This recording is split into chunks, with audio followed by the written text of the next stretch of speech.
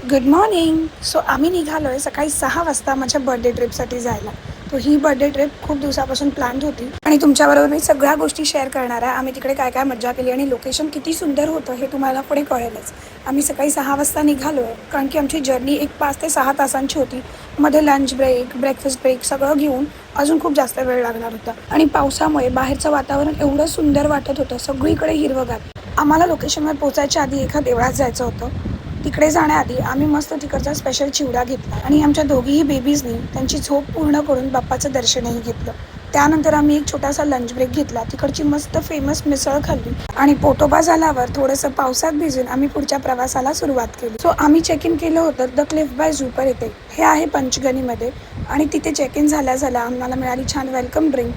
आम्ही property explore करत होतो तोपर्यंत भूषण आणि समीरने मिळून त्यांची चेक इनची फॉर्मॅलिटीज कंप्लीट केली आणि त्यानंतर आम्ही रूममध्ये चेक इन केलं. आता आम्हाला 3 वाजले होते चेक इन करायला, म्हणून थोडा वेळ आम्ही आराम केला कारण दिवसभर आम्ही ट्रॅव्हल केलं होतं.